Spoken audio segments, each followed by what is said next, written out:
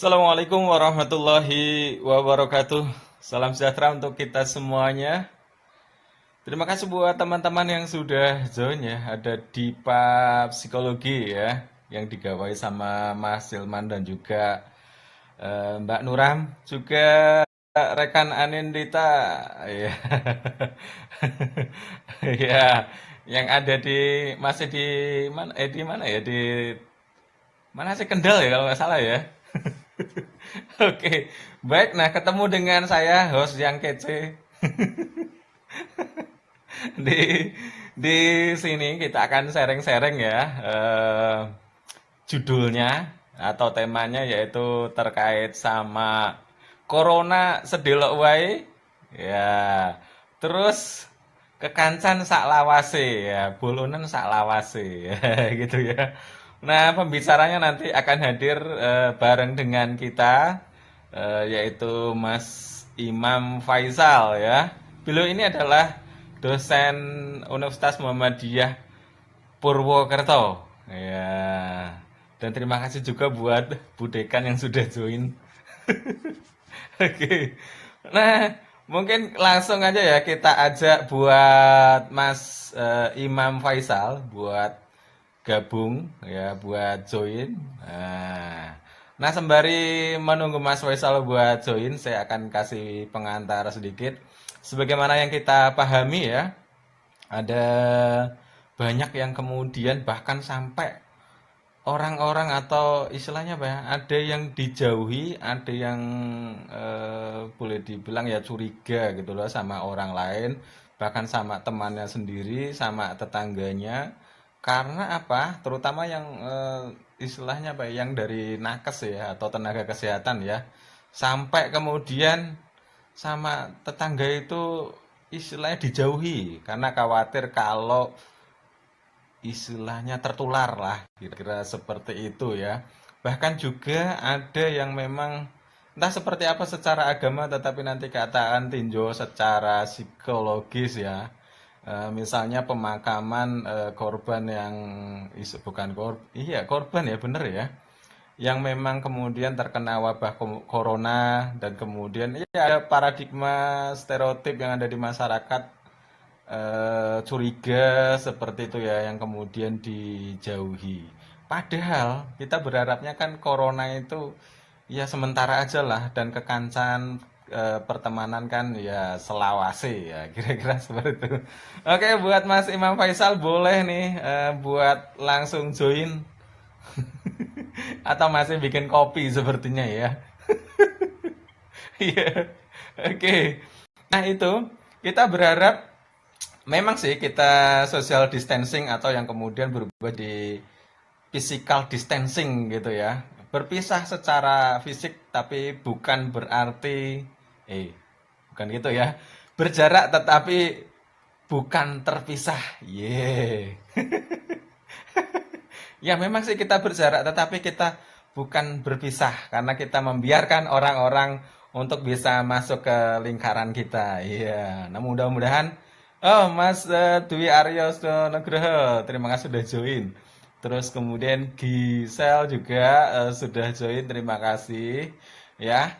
Nah, dengan adanya jarak yang kemudian rentang, itu sebenarnya kita membiarkan orang-orang yang mungkin kita nggak kenal, yang mungkin ya bukan siapa-siapa untuk masuk lingkaran kita dan bersama-sama bergandengan tangan untuk saling menolong ya, saudara-saudara kita. Nah, seperti yang kemudian juga apa namanya, dikomandoi juga sama IKAPSI ya, yang menggalang donasi ya.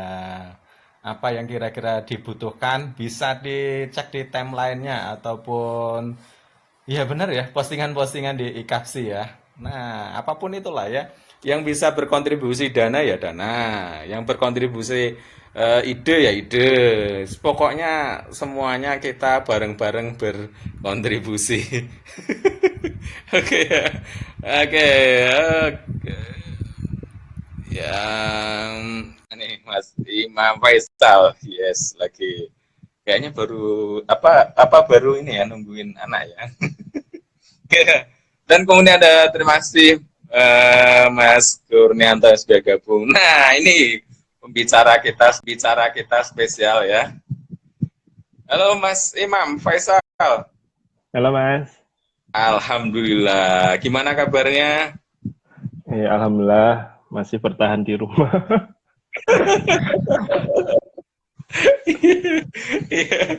Seneng ya? Seneng di rumah atau seneng ini sih pergi-pergi gitu? Apa ya? Sebenarnya udah PW sih di rumah, cuma di rumah malah jadi ayah galak.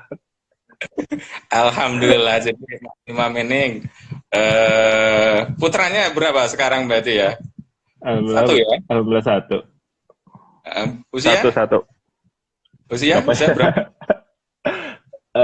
18 bulan. Alhamdulillah, ini kesempatan kan momen golden age di rumah gitu kan ya, semua dikerjain di rumah.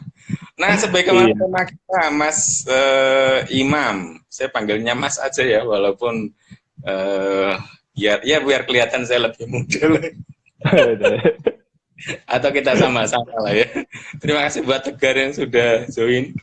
Oke, kita ngomongin tentang tadi tema gini ya, apa namanya, corona itu berharap ya sebentar aja lah, terus kemudian pertemanan itu ya istilah selawase gitu. Nah, ini Hmm, sebenarnya fenomena yang terjadi seperti apa sih di lingkungan masyarakat kita gitu? ya, Mm-mm. baik. Kalau saya kurang tahu ya, kalau misalnya kita lihat di mana di Mm-mm. berita-berita IG dan sebagainya itu kan banyak penolakan-penolakan atau nih. Eh, Kalau cerita-ceritanya mahasiswa saya nih kalau di grup Oke. WA tuh, mereka itu pada geger Pak, ini ada apa cerita jenazah, mungkin menyebutnya bukan jenazah ya, kalau WHO itu sepertinya dia sudah memberikan bukan aturan, semacam arahan panduan kita untuk tidak menyebut misalnya sebagai korban, kayak misalnya korban kita ganti dengan orang yang terdampak COVID gitu. Sedangkan Mm, misalnya orang yang meninggal atau jenazah kita sebut sebagai orang yang meninggal karena COVID gitu. mm. Ini salah satu cara dari WHO saja untuk kemudian meminimalisir stigma yang memang ada di masyarakat. Nah, uh, kayak kemarin cerita kita gitu ya di Banyumas itu ya sebenarnya sudah masuk ke koran nasional juga sih. Ada penolakan dari warga terkait dengan pemakaman tadi orang yang meninggal karena COVID tadi. Di satu sisi memang miris ya. Kita lihat kalau misalnya di media sosial, kok kita solidaritasnya tinggi gitu. Ya, Memberikan banyak donasi dan sebagainya. Tapi di tataran apa ya namanya dunia nyata, dunia nyata, dunia non mayanya, gitu ya. Tetapi kita masih masih membuat semacam jarak. Kita masih membuat macam apa namanya ya, masih membuat semacam ya stigma, prasangka, bahkan diskriminasi terhadap mereka yang mengalami ini itu. Sebenarnya kalaupun kita mau berpikir, kita mau berempati, sebenarnya ketika ada orang yang terpapar COVID di sekitar kita, kita pun sebenarnya takut gitu. betul ya, Kita pun cemas. mas dan sebagainya. Mungkin kayak misalnya saya gitu ya, kemarin yang terdampak COVID itu di beda kecamatan, gitu. Bukan di kecamatan saya. Tapi gimana ya rasanya orang-orang yang tinggal di kecamatan itu berdekatan dengan rumah si orang yang terdampak tadi. Nah, barusan juga ini saya kalau di grup RT ya, kalau di grup RT itu sekarang lagi ribut lagi di Banyumas mulai muncul, iya lagi lagi ada yang terduga positif baru. Nah ini pasti akan muncul keresahan baru. Namun saya melihatnya itu semakin ke sini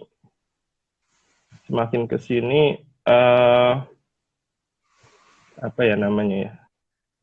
mungkin kecemasan itu sudah mulai berkurang, Ya. tapi di sisi lain masyarakat menjadi kurang, saya kurang bisa menyebutnya ya, mungkin kurang peduli atau seperti apa itu. Kayaknya sudah bosan lah dengan berita-berita tentang COVID, sudah bosan dengan apa namanya. Bahkan saya itu kalau lihat berita, oh jumlah di Indonesia sudah mencapai angka 2.200-an gitu. Betul, Oh, betul. mulai deg-degan, aduh ini sebenarnya 1.000. Tapi ketika sudah mencapai 1.000, oh kayak biasa aja ya. Oh kayaknya nggak ada rasa ya gitu. Seperti itu. Nah, ini kalau di yang saya tahu juga itu sampai ada, ya benar atau enggak ya, entah di daerah mana itu. Pokoknya itu di gang gitu, terus kemudian ditulisi. Ya intinya nggak sembarang orang kemudian boleh masuk, yang menurut saya itu kan semacam pandangan curiga ya, kalau kemudian orang nih membawa corona dan seterusnya. Dan kekhawatiran ini ya bisa dipahami ya, artinya kita sendiri pun saya yakin akan merasa khawatir lah gitu. Nah, mestinya itu seperti apa ya? Atau misalnya nih, kalau misalnya memang katakanlah itu stereotip prasangka yang kemudian mungkin ya dilandasi kecemasan gitu. Apa sih yang mestinya mereka butuhkan gitu yang sebenarnya ya untuk kemudian mengubah paradigma mereka, prasangka mereka, dan kira-kira kita ini peran kita seperti apa gitu?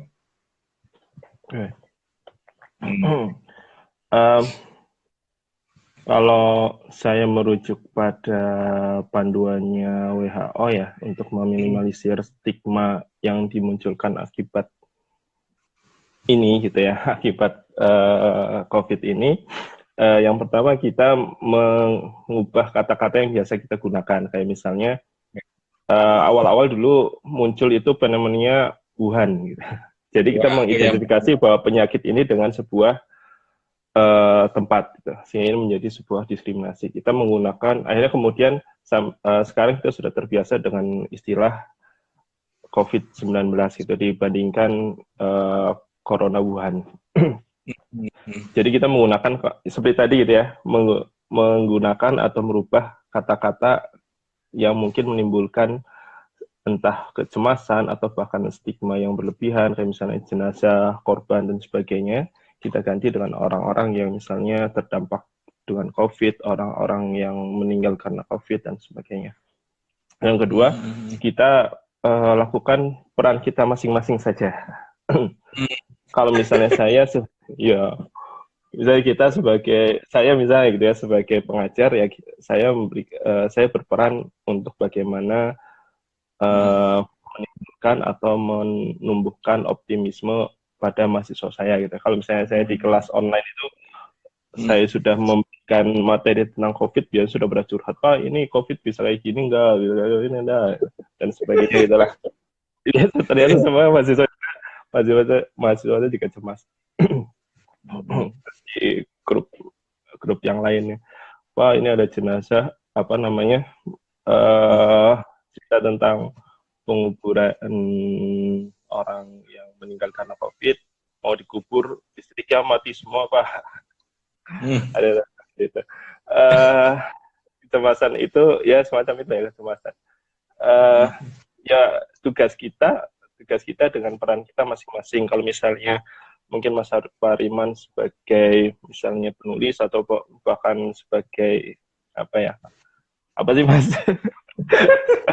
Sebagai artis YouTuber gitu ya, suka vlog dan sebagainya ya gunakan peran itu.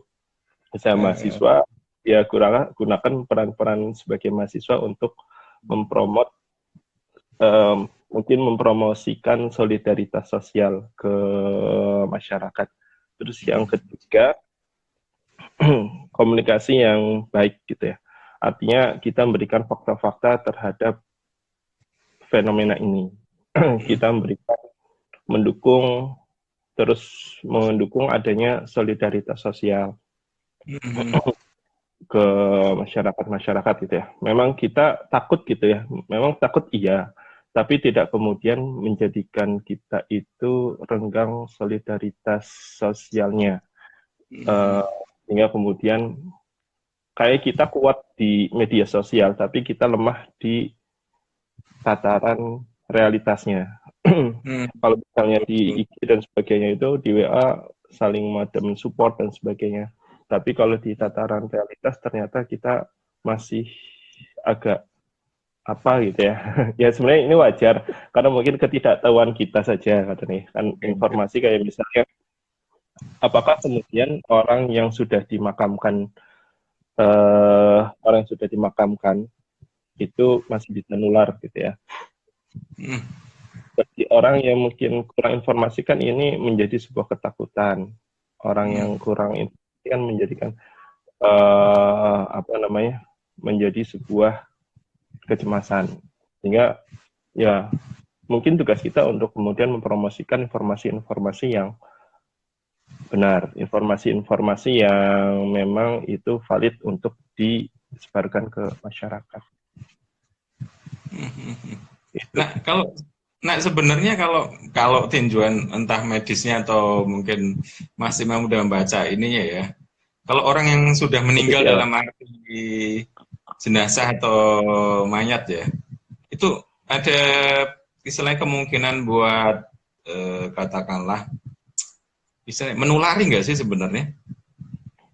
Ya, kebetulan kemarin, kemarin itu mahasiswa saya itu habis mengadakan semacam seminar online gitu terkait dengan ini gitu. Mereka mendatangkan dokter, saya lupa, dokter Hasan Bayuni, saya lupa ya beliau dari mana. Semula saya yang ditembak jadi pembicara.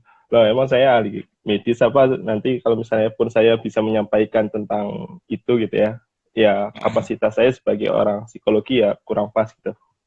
Tapi kemudian ternyata ada dokter di situ. Yang saya dapatkan dari beliau itu kecil kemungkinan untuk menular. Yang pertama virus itu kan menular dari tubuh manusia melalui droplet ya, entah cairan tubuh yang ada di dalam tubuh kita, entah itu melalui ingus gitu ya, atau melalui air liur dan sebagainya. Nah, ya bayangkan saja kalau misalnya jenazah orang sudah meninggal, kemudian bersin kan nggak mungkin gitu. Atau orang yang sudah meninggal kemudian batuk kan nggak mungkin. Tapi ya mungkin cairan tubuhnya mungkin masih ada, cairan masih ada, sehingga kemudian dilakukan beberapa prosedur untuk kemudian insya Allah aman lah ya, insya Allah aman untuk kemudian orang yang meninggal ini untuk dikuburkan. Apalagi kan plastik, kalau kita lihat itu kan plastiknya berlapis-lapis ya, mulai dari plastik apa gitu ya, kemudian di kain kafani, kemudian dikasih plastik apa lagi, itu baru kemudian dimakamkan. Insya Allah sebenarnya aman. Hanya saja kan mungkin informasi seperti ini kan kurang tersebarkan ke masyarakat ya, kurang bisa selama ini yang kita dapatkan, kalau saya lihat di IG itu kebanyakan berita-beritanya masih terkait dengan gimana sih virus ini menyebar, gimana sih kita menangani atau mencegah ini, tapi kurang informasi terkait dengan jenazah atau terkait dengan orang yang sudah meninggal karena COVID ini. Nah, benar memang perlu menjadi tugas kita bersama juga untuk menginformasikan ini. Nah, saya kira memang sepertinya kita, ya siapapun lah ya dari kita ya, perlu untuk kemudian menangkap ini menjadi gejala apa sih sebenarnya yang memang terjadi itu. Kalau memang ini, ya tentu ini bagian dari kecemasan ya. Lalu apa sih yang membuat mereka cemas, dan yang saya kira dijawab ya tadi, misalnya mungkin asumsi yang berkembang orang yang sudah meninggal itu memiliki peluang untuk, ya peluang cuman mungkin dari kecil ya, untuk menularkan gitu. Nah itu mungkin membuat cemas deh. Nah, saya kira kayaknya mungkin ya perlu ya, siapalah yang di sini yang suka sama riset. Saya tadi pagi itu habis diminta untuk ngisi kuesioner, nggak tahu dari lembaga mana atau apa, memang ini sifatnya online ya. Saya mendapat pertanyaan itu, ya terkait sama apa namanya kecemasan terkait sama corona lah intinya. Jadi sekaligus juga edukasi. Nah, saya kira penting juga buat ketika nanti mungkin yang apa tertarik di riset ya, sekaligus kasih pengantar yang sifatnya edukasi gitu. Sebelum pertanyaannya ya. Jadi, oh corona itu dari sini misalnya. Terus oh ini kalau ini secara medis enggak nih, nah sekaligus ada edukasinya. Nah, seringnya saya nerima apa namanya kuesioner itu enggak ada edukasinya gitu loh. Jadinya kita jawab tapi malah ya cemas juga gitu. Nah, tadi pagi itu saya join di yang apa namanya kuesioner yang online dan itu ada edukasinya, ada pengantarnya gitu. Sehingga jadi apa namanya? Ya, saya jadi tahu lah. Oh, ini dari ini loh. Oh, ini gitu. Iya. Nah, sebelum lebih lanjut kita sapa dulu yang sudah join ini. Ada Irma, terus kemudian siapa nih ya? Saya nggak bisa scroll semua. Ya Citra, terus kemudian ada Tegar, ada siapa ya? Rahmat ya.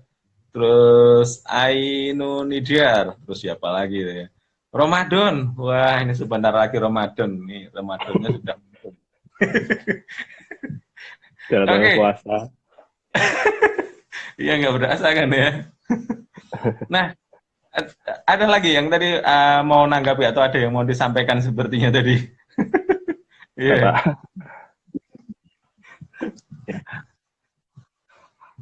Nah, kalau misalnya tadi dibilang kalau oke deh kalau katakanlah yang online sudah teredukasi ya.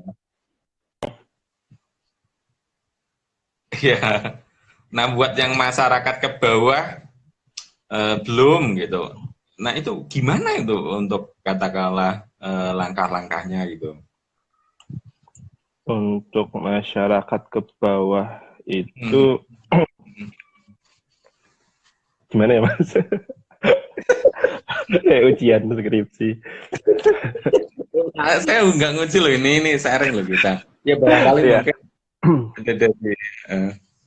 Oke, saya sebenarnya di sini berdasarkan yang sudah dibuat oleh teman-teman di Ikatan Psikologi Sosial nih. Mereka kemarin membuat semacam policy brief terkait dengan ini gitu. Sebenarnya kita bisa memanfaatkan tugas antara pemerintah dan kemudian dengan misalnya desa gitu ya. Di desa atau kan bahkan misalnya di RT atau di tingkat yang lebih sempit lagi ada PKK, ada di tiap gang lagi nanti ada Dharma Wisma ya, Dawis ibu-ibu dan sebagainya. Rekomendasi yang dituliskan oleh teman-teman di IPS itu lebih untuk kemudian bagaimana memanfaatkan komunitas-komunitas itu, PKK, Dawis dan sebagainya itu.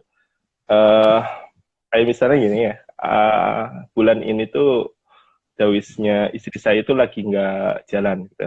Hanya cuma urun datang bayar arisan kemudian pulang.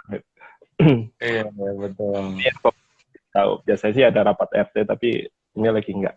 Tapi kita sekarang punya sarana komunikasi melalui grup RT, grup PKK dan sebagainya yang kemudian di situ bisa mempromosikan terkait dengan ini gitu. Saya tahu kemudian RT-RT ataupun yang mungkin kurang itu nih. Saya kurang tahu kalau di desa yang lebih desa lagi. Apakah ada semacam itu atau mereka punya sarana apa? Tapi yang jelas komunitas-komunitas semacam RT, Dawis, PKK dan sebagainya bisa kemudian diberdayakan.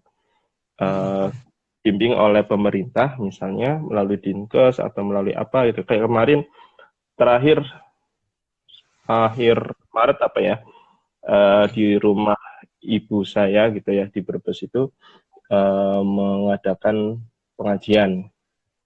Sebenarnya ini sudah masuk itu karena saya juga loh kok bukannya anak ya sudah nggak boleh kumpul-kumpul tapi ini terakhir gitu sebelum Ramadan ya sudah ternyata ya di pengajian terakhir itu ada pihak dari MUI terus dari mana datang untuk mensosialisasikan itu Betul, untuk betul, memberikan betul. edukasi terkait dengan itu. Nah ini bisa dimanfaatkan ke masyarakat-masyarakat yang istilahnya mungkin ke level yang menengah ke bawah nih. Oke, oke, oke. Nah, saya kira memang tepat sekali ya. Artinya ada masyarakat-masyarakat yang boleh dibilang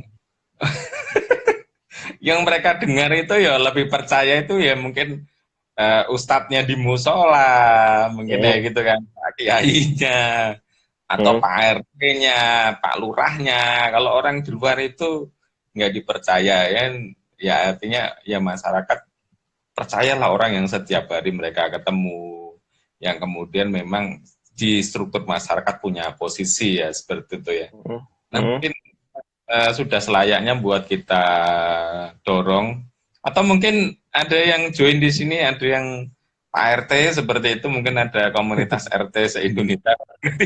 Loh, ya sekarang ya istilahnya apa ya, sangat luas loh ternyata gitu.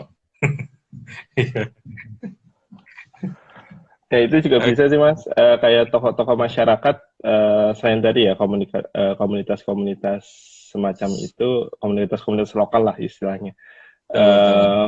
Pemuka-pemuka agama, tokoh-tokoh juga harusnya mendapatkan itu gitu dari ya entah dari desa, entah dari kecamatan terkait dengan hal tersebut. Biar mereka itu nggak tambah.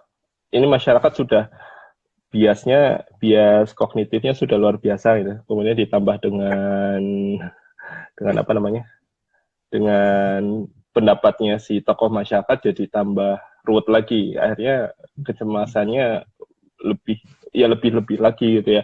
Apalagi ditambah dengan informasi-informasi yang ada di media sosial yang kadang ya memang kelemahan masyarakat kita literasinya masih kurang ya. Sehingga belum bisa memilah mana berita yang baik dan mana yang kemudian kurang faktanya. Gitu.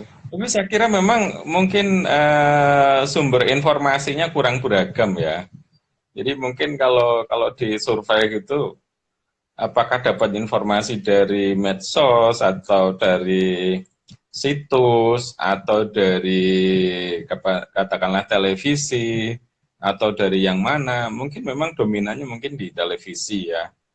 Jadi Hmm. kan setiap hari ada, nah mungkin ya saya jarang banget sih ngelihat televisi. Jadinya ya nggak tahu gimana menggambar. Tapi artinya itu punya peran yang luar biasa gitu kan. Nah, Media. iya, saya juga nggak ada TV. Mau dimain TV sama orang tua saya juga mau. Eh, Soalnya kalau apa namanya, kalau di rumah gitu ya, di rumah orang tua, TV itu sering jadi sumber apa namanya, sumber keributan. Keributan.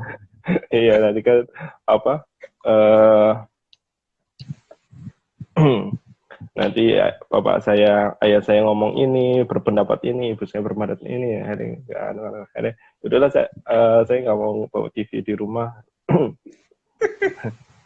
Ya, tapi media juga punya peran gitu ya, seperti yang juga dipromotkan sama WHO ini, eh juga mendorong sebenarnya ya eh, media juga punya peran untuk kemudian mempromosikan kesehatan ini secara baik gitu ya, secara positif sehingga masyarakat juga tidak ya cemas atau tidak begitu stres dan sebagainya. Tapi saya kurang tahu ya, memang karakteristik masyarakat kita gitu ya, masyarakat plus 62 itu kadang memang agak unik. Seperti tadi saya sampaikan, sekarang ini kayak misalnya saya di Banyumas gitu ya, di Purwokerto. Eh, kehidupannya itu sudah mulai ada lagi gitu ya. Kemarin 2 minggu mulai senyap gitu. Tapi beberapa hari ini sudah mulai mahasiswa sudah kelihatan ada yang nongkrong di kampus, ada yang mungkin cari-cari wifi gitu ya. Terus apa namanya, kayak warung makan yang biasanya tutup gitu ya. Tadi pagi saya sore-sore jalan-jalan sama junior gitu ya. Oh ini sudah mulai buka lagi dan sebagainya. Tapi nggak tahu ini nanti apa namanya, tadi saya baru dapat kabar di grup RT katanya ada korban positif baru. Nanti reaksi masyarakat seperti apa sih kurang tahu. Kemarin sih pas waktu ada positif pertama itu kita banyak yang mengurung diri gitu. Banyak mengurung diri. Tapi setelah kemudian semakin ke sini gitu ya. Kemarin meninggal, kemudian ada 2 kasus lagi dan alhamdulillah sembuh. Masyarakat jadi semakin itu lagi gitu ya, lebih berani untuk keluar lagi. Nah ini ada kasus baru lagi, saya kurang tahu nanti reaksinya masyarakat seperti apa. Tapi ya itu sih karakteristik masyarakat kita gitu ya. Mungkin Pak Presiden mau melockdown juga, yang lihat karakteristik masyarakat kita yang seperti itu, ya apa mau gitu ya di lockdown. Jadi jangan kayak di India itu pada melakukan mudik massal. Ini nggak di lockdown aja, beberapa sudah pada mudik kan. Nah, soalnya mungkin mereka memahami diem di rumah gitu. Lah rumahnya di kampung ya. Iya. Selain itu aja juga sih Mas, apa namanya, itu ada mahasiswa yang Pak saya izin mau pulang. Oh iya mau hati, soalnya disuruh ibu saya pulang. Oke. Apa namanya, kadang mending sakit di rumah di kampung ya, daripada sakit di negeri orang. Bisa saja seperti itu. Memang realitasnya kayak gitu ya. Ya, culture-nya seperti itu sih ya masyarakat kita. Mungkin beda dengan di. Menarik banget sih kalau misalnya kita kuantifikasi jadi riset ya, terutama Mas Imam yang dosen ya. Alhamdulillah dosen Mas. Oke, buat teman-teman yang sudah join boleh dong mungkin mau sharing juga atau mungkin discuss ya. Oke, boleh sambil menulis pesan atau apalah gitulah ya, atau mau nyampein langsung. Nah, ini ada dari Mas Dwi Aryo Stionegro ya, Mas. Tanya, kalau sekarang ini masyarakat banyak yang berinisiatif untuk karantina wilayah sendiri. Bahkan beberapa kepala daerah sudah punya kebijakan masing-masing terkait penanganan pandemi ini. Mungkin karena tidak puas dengan langkah pemerintah pusat. Sebagai masyarakat awam, kudu piye Mas? Melu pemerintah pusat atau inisiatif masyarakat? Nah ini mungkin boleh ngasih pandangan ya, pendapat, walaupun saya kira juga nanti keputusan di masing-masing kan ya. Gimana ini enaknya nih? Enaknya piye? Hari pengen piye sih? Pemerintah apa ikut? Saya dilema sih ya. Misalnya kayak di Tegal gitu ya, kayak di kota Tegal lebih tepatnya. Ya, saya kalau Kabupaten Tegalnya nggak di lockdown. Kalau di kota Tegal itu kan kemarin wali kotanya kan berinisiatif untuk melockdown kotanya. Ya, di satu sisi kayak misalnya sepupu saya gitu ya, tinggal di kota Tegal. Di satu sisi dia itu tinggal di situ gitu ya, tinggal di situ dan harus menurut dengan pemerintahan, bukan nurut, tinggal di situ ya harus nurut dengan kebijakan yang ada di situ. Gitu. Ya pengennya sih presiden juga mungkin melockdown semuanya gitu ya, tapi saat ini kebijakannya belum sampai ke sana. Ya udah, mungkin saat ini yang terbaik adalah ya kita ikuti ya mau menolak kebijakan dari lokal tapi kita hidup di lokal gitu ya, mau ikut yang di pusat tapi kita hidup di tempat di lokal ya, agak sulit juga. Jadi ya ikuti saja dulu yang kemudian memang terdekat dengan kita. Kalau misalnya memang kayak misalnya di wilayah saya itu lockdownnya itu mulai kira ya jam 7 malam sampai nanti pagi jam 5-an gitu ya. Kalau nggak salah di desa tempat saya tinggal itu malam sampai pagi itu di lockdown. Nanti pagi ya mulai seperti biasa lagi. Jadi semi lockdown lah, lockdown full. Ya ikut saja gitu ya, karena kita tinggal di wilayah lokal gitu ya. Sedangkan ya pemerintah juga mungkin agak kurang ya, meskipun sudah diharapkan para kepala daerah tidak membuat aturan sendiri gitu ya, tapi ya mereka mengutamakan kebaikan. Pasti setiap kepala daerah ingin kebaikan untuk wilayah masing-masing gitu ya, itu pasti. Jadi kalau misalnya nunggu dari pusat kok kayaknya nggak anu-anu gitu ya, ada mereka pada melakukan itu. Ya ikuti aja dulu yang kemudian ada di lokal kita itu seperti apa. Kalau ternyata nanti ada kebijakan dari pusat yang kemudian melarang itu ya ikuti saja. Tapi saat ini kita mungkin lebih coba untuk yang paling terdekat dengan kita sajalah, karena kita hidup di lokal kita saja dulu. Gitu. Oke. Nah, saya kira selain itu ada hal yang mungkin penting buat kita tangkap sih ya. Kan itu satu fenomena ya. Dan sebenarnya di balik fenomena itu apa sih sebenarnya? Nah, itu saya kira yang perlu kita tangkap gitu. Apakah kemudian katakanlah karena kecemasan yang tinggi atau seperti apa? Nah, itu yang saya kira perlu untuk kita ketahui sehingga benar-benar kita bisa ngasih solusi. Karena ada di sejumlah tempat itu lockdown-nya itu gang gitu.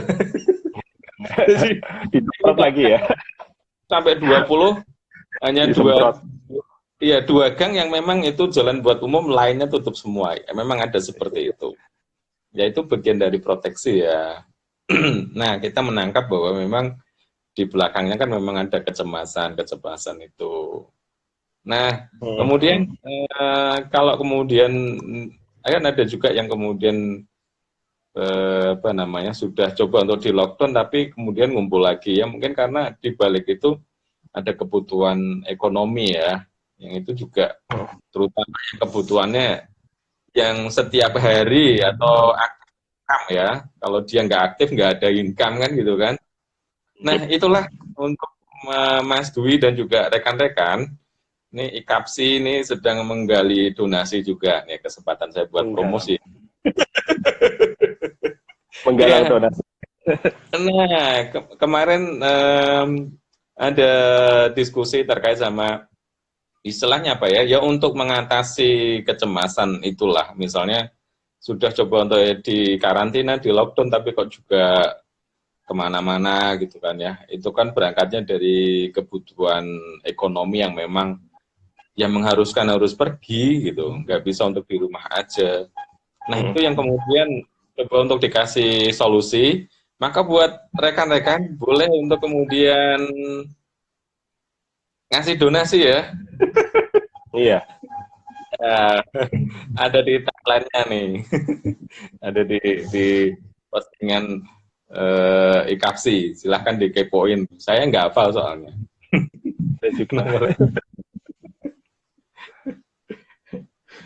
Oke. Ada lagi mungkin di bagian akhir ini ada hal yang mau mungkin disimpulkan atau mau ditegaskan untuk Mas Faisal atau pesan-pesan buat teman-teman semuanya. Mungkin itu ya ya kalau kita tahu kan kalau misalnya di teori psikologi itu kan penyakit itu terbentuk dari unsur biologi, psikologi sama sosial. Gitu. Kalau biologis pasti dan biologis menimbulkan dampak psikis pasti gitu ya.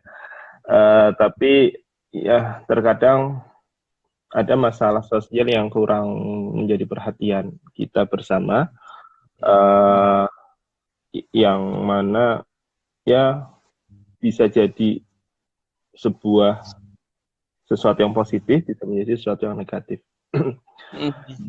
Di masa-masa seperti ini mungkin kita perlu gitu ya, untuk kemudian mendorong masyarakat kita untuk tetap solid, tetap menjalin ikatan sosial yang baik gitu. Misalnya, ya meskipun naudzubillah gitu ya, misalnya di tempat kita kemudian ada yang entah ODP, PDP, bahkan positif, ya membuat jarak itu memang kita saat ini memang harus membuatkan jarak. Tapi kan kita juga harus kita perlu memberikan support, dukungan kepada mereka yang mengalami itu. Dukungan itu, misalnya dukungan, kalau kita tahu kan misalnya ada dukungan emosional, dukungan emosional berupa empati. Mungkin di grup WA gitu ya, kita memberikan dukungan ke keluarganya, ke orang yang terdampak, bahwa mereka itu intinya pedulilah dengan kita gitu ya. Bisa juga nanti dukungan berupa instrumental. Bisa misalnya, mohon maaf, misalnya beberapa kasus misalnya ketika ada ODP, orang dalam pemantauan atau pengawasan ya. Pengawasan, orang dalam pengawasan itu baru statusnya itu tetangga-tetangganya itu sudah mengisolasi gitu. Jadi dia tidak mengisolasi diri, tapi tetangganya mengisolasi, bahkan untuk memenuhi kebutuhan hidupnya dia jadi kesulitan. Nah, bisa saja kemudian tetangga bisa kemudian membantu gitu ya untuk memenuhi, ya dia memang sedang mengisolasi diri karena tidak boleh keluar. Tetangganya kemudian membantu untuk butuh apa nih, kita belikan apa gitu. Jadi mereka tidak perlu keluar, tetapi tetangganya yang kemudian menolong itu. Informatif gitu ya. Dukungan informatif misalnya memberikan nasihat atau saran dan sebagainya. Ini akan diperlukan oleh mereka gitu. Di sisi yang lain, untuk yang kemudian belum terdampak, ya kita berikan dukungan terus gitu. Untuk misalnya tetap stay di rumah gitu ya, untuk tetap disiplin. Ya keluar bolehlah untuk kemudian cari makan misalnya, atau misalnya untuk keperluan yang memang itu sangat perlu sekali gitu ya. Tapi selain itu ya kita harus tetap menjaga solidaritas gitu ya. Kalau orang optimis itu kan intinya, kalau yang saya baca gitu ya, orang optimis itu kan ketika dalam situasi yang negatif seperti ini menganggap bahwa ini tidak selamanya. Jadi ya kalau dijalankan kita itu kan ya corona cuma saat ini saja gitu ya, tetapi yang akan terus kita lakukan ke depan itu adalah sebuah solidaritas kita sebagai bangsa, bisa juga sebagai manusia. Itu Mas. Oke, baik. Mungkin dibikin kaos saja itu ya. Iya, saya tetap ya. Ya donasinya katakanlah kok kayaknya mungkin ya yang donasi dapat kaos itulah ya. Atau mungkin harganya di 2 kali lipat. Ini kan sekaligus bisa memberikan dukungan sosial ya. Jadi corona sedih lah wae pas seduluran salawase kan gitu kan. Dan itu mungkin bisa kita terjemahkan jadi lebih banyak lagi, dan IKAPSI mudah-mudahan jadi agen-agennya ya. Agen minyak, agen solidaritas gitu ya. Iya, agen solidaritas. Ya. Oke, ada kesimpulan yang mau disampaikan? Apa ya? Ya paling itu tadi sih pesan terakhir saya, tetap untuk kemudian kita mempromot ya, selain tadi mempromot tentang fakta-fakta tentang COVID gitu ya, agar kemudian di masyarakat tidak bias, dia juga tetap mempromosikan tentang solidaritas agar nanti setelah insya Allah setelah COVID-19 ini reda gitu, kita jadi tidak apa namanya, tidak saling crash gitu ya, apalagi nanti antar tetangga gitu. Kemarin pas waktu lagi kena musibah, tetangganya seperti ini, sehingga kemudian ketika setelah COVID lepas, malah jadi masalah. Ya kita tetap mempromosikan tentang solidaritas itu juga. Itu. Oke, oke. Baik, nah demikianlah sharing-sharing ya, ya dengan Mas Imam Faisal, jadi dosen dari Universitas Muhammadiyah Purwokerto. Saya mau menyebut Pekalongan aja, P-nya itu ya. Oke. Nah, buat teman-teman semuanya yang sudah join, terima kasih banget. Insya Allah nanti akan ada tema-tema berikutnya. Halo, assalamualaikum, Cahyani Indah Triani. Waalaikumsalam warahmatullahi wabarakatuh. Udah akhir ini. Lah kok wes si apa berdiwa. Iya, karena emang batas maksimalnya kita sejam, jadi saya kira ya antara 45 menit sampai sejam lah ya.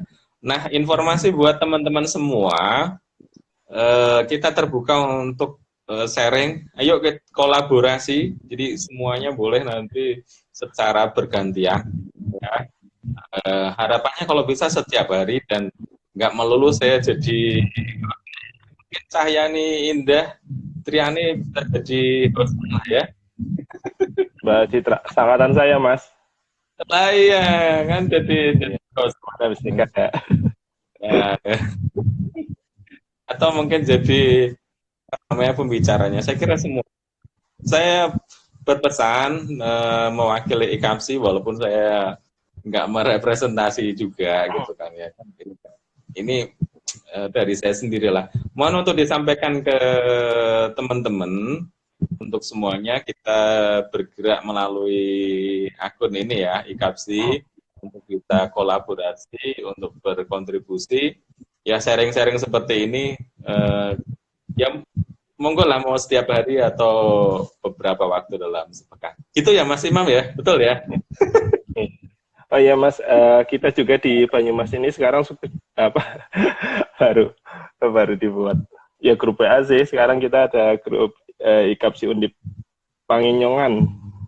Jadi untuk teman-teman di IKAPSI Undip ya masih berapa orang sih, tapi lumayan lah. Ya, nyong melu lah. Tidak sih semua. Kan Pekalongan. Kalau ada. Bisa. Oke, kita akhiri Mas Imam ya. Iya. Oke, baik, terima kasih buat semuanya. Sampai ketemu berikutnya. Jangan lupa untuk follow akun Instagramnya IKAPSI Undip ya, dan juga sampaikan ke teman-teman dan bersiap-siaplah untuk menjadi host ataupun pembicaranya. Nanti saya kan giliran menyimak gitu ya. Tadi Ari ngisi Ari. Oke, ngisi lah kapan lah ya. Terima kasih. Assalamualaikum warahmatullahi wabarakatuh.